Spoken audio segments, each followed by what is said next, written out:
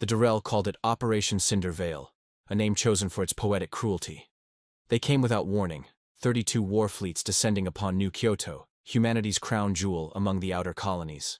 The Durrell Empire, masters of plasma and pride, believed the humans had grown too comfortable, too powerful, too visible. To them, humans were an anomaly, a young species that had risen from a single isolated world to scatter across the stars in barely a century. They expanded fast, traded well, and fought rarely. It was, in the Durrell's eyes, a dangerous combination, and so they decided to make an example. New Kyoto had no defense fleet that day. It didn't need one. It was a cultural hub, not a fortress. Its orbital rings shimmered with trade beacons. Its surface cities gleamed with peace. Children laughed in gravity parks while elders debated art and philosophy under glowing sakura trees. Then the sky split open.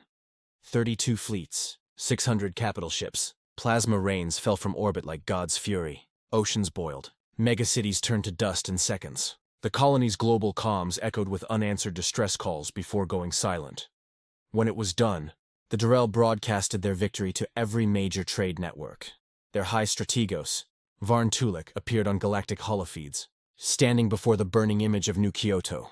"Let this be understood," he declared, voice echoing through every translation channel. "Humanity's rise ends here. The Durrell decide who ascends and who kneels." He turned to his subcommanders with a smirk.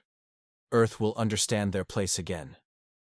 And across the galaxy, many nodded in agreement. The humans had grown too bold, too widespread, too confident. This would remind them of humility. They thought humanity would grieve quietly, that they would mourn, rebuild, and bow. They thought wrong. The silence before the storm weeks passed. The Durrell celebrated. Their fleets paraded across the trade corridors, war banners displayed proudly. Other species, some fearful, some opportunistic, offered congratulations. A few minor powers even began to seize human border stations, calculating that Earth would be too busy licking its wounds to respond. But from Earth itself, there was silence, no press release, no declaration, not even a single retaliatory raid. Trade transmissions fell quiet, diplomatic channels closed. The Terran assembly went dark. To the galaxy, it seemed humanity had been cowed at last. Whispers grew among the other races. Perhaps humans are not warriors after all. Their fleets are small, their pride overstated. Let them return to their homeworld and vanish from the stars. Only the Durrell war analysts noticed something. Strange human trade convoys stopped appearing in the outer systems. Long-range sensors began picking up energy readings near the Sol frontier. Vast, sustained emissions unlike anything catalogued. The Durrell Council dismissed the reports. "They are repairing." "Not preparing," sneered Strategos Varn Tulik. "Humans are sentimental creatures. They build memorials, not weapons." And so they laughed. They laughed as their soldiers boasted in taverns about burning the human jewel. They laughed as their historians began rewriting the record, erasing human victories, human alliances, human potential. But the silence grew heavier, until, one morning, across every relay in Durrell space, a simple transmission was received. For New Kyoto, no sender, no location, just those 3 words. And then the stars began to move. 3. The Earth that woke. The first Durrell system to fall was Karun Tel, a fortress world surrounded by 6 defense moons. At 300 local time, their orbital sentries detected anomalous energy spikes, gravitational distortions. Within seconds, the void above them tore open, and human ships emerged. Not the slim traders or diplomatic frigates the galaxy knew, but something far older, far darker. Warforms. Massive, angular dreadnoughts with hulls of blackened alloy and glowing scars of crimson light. Each bore names carved into their armor. Vengeance of Gaia, Kyoto's ashes, Sol's wrath. They didn't broadcast warnings. They didn't negotiate. They simply fired. Kinetic lances, faster than light, impossible to intercept, pierced moons, shattered stations, and turned planetary shields to molten glass.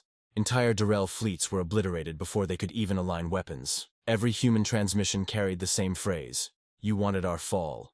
You will have yours first." Karun Tel ceased to exist within an hour. Then, in perfect silence, the human fleet vanished into folded space. Not warp, not slipstream, but something new, something that shouldn't have been possible. The galaxy trembled. Within a week, 5 more Durrell systems went dark. Then 10. then 20. Their empire, once spanning 1,000 light-years, was crumbling like glass under thunder. 4. The War Humanity. Never declared, the Galactic Council convened an emergency summit. Races from every quadrant filled the amphitheater on neutral ground, speaking over one another in panic. The humans are using forbidden weapons. Their ships move without leaving wake signatures. Entire planets are going missing! From the back of the chamber, the Durell Strategos stood, trembling. We sought to contain them, he stammered. But they bring ruin. They destroy worlds without demand or discourse. They fight as if extinction itself follows their orders. The council's speaker, a serene aquatic from the Peli species, asked, "What do they want, Strategos?" He hesitated, his throat clicking. They don't want anything. They're not negotiating. They're answering. The chamber fell into fearful silence. The humans had not sent diplomats. They had not claimed territory. They simply struck, system by system, until nothing of the Durell remained but shattered worlds and drifting ash. And then, they kept going. Every empire that had profited from New Kyoto's destruction, every race that had looted human convoys or broadcast their mockery, they found human ships in orbit soon after. There was no pattern except justice. One by one, the predators of the galaxy were being hunted. The Night Fleets. The galaxy called them the Night Fleets. Human warships moved through the dark between stars like ghosts. No comms chatter, no energy signatures, only flashes of light marking their arrival and departure. When they struck, it was surgical, merciless, absolute, on the world of Scar, whose media stations had once aired laughing reels of New Kyoto's fall. The first warning was a blackout. Then the atmosphere itself caught fire. When it cleared, every military structure had been vaporized, and the broadcast towers now displayed a single human face, an admiral, expression calm, voice cold as vacuum. "We are not conquerors. We are memory-made wrath. The innocent are safe. The guilty already know who they are." She blinked once, and the screen cut to black. Across thousands of systems, the same face appeared. The same message. The galaxy's laughter turned to whispers, then to screams, then to silence. The Night Fleets never lingered. They left no occupation, no looters, no demands. They simply destroyed what had once destroyed them, and moved on. The fall of the Durell. In the end, the Durell homeworld burned alone. Varn Tulek, the same Strategos who had once mocked humanity, stood inside the citadel as the atmosphere ignited. The sky above Durell Prime was filled with human dreadnoughts, not hundreds, but thousands, their formation blotting out the stars. He tried to contact them. He begged. He screamed over the comms, offering surrender, reparations, technology. A single human voice replied. It was old, weary, but unyielding. "You chose to teach us fear. We chose to teach you consequence." Then the transmission ended. The bombardment began. It was not chaotic. It was methodical. A slow, descending rain of fire, turning continents to molten rivers. Cities vaporized in silence. The oceans boiled, the crust cracked, and the Durell Empire, once proud, once cruel, vanished beneath the fire it had unleashed. When the last ship departed orbit, Durell Prime was a sphere of obsidian. No one sang. No one cheered. Humanity did not celebrate vengeance. They simply ensured it was complete. 7. The reckoning, the war, though never declared, lasted 97 days. By the end, 47 systems lay in ruins. 6 major empires had surrendered unconditionally. Trade routes were silent. The Galactic Council dissolved itself, and through it all, humanity said nothing. They withdrew their fleets.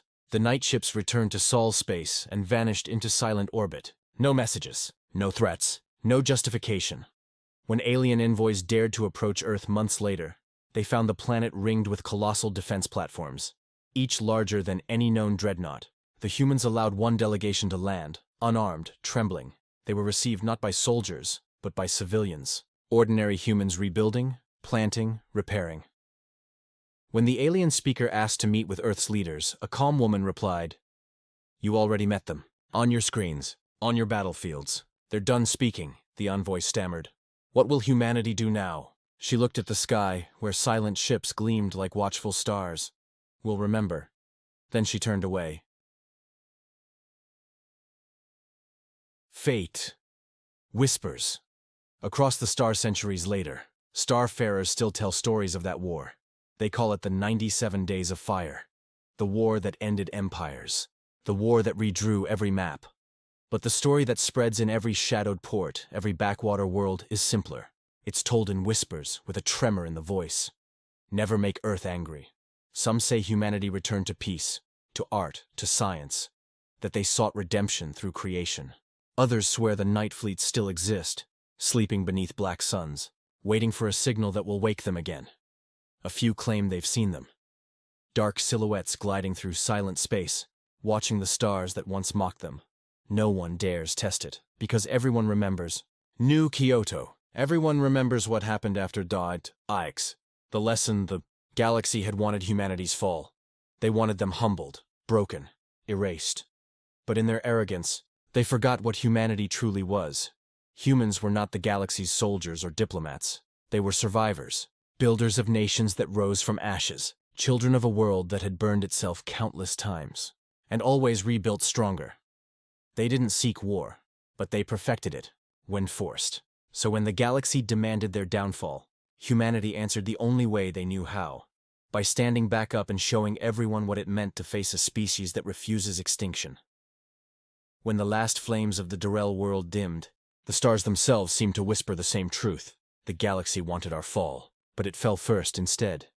And for the first time in millennia, the universe learned fear, not of conquest, not of power, but of the quiet, patient rage of humankind, because the stars may burn and fade, but Earth remembers, and when Earth remembers, the galaxy burns.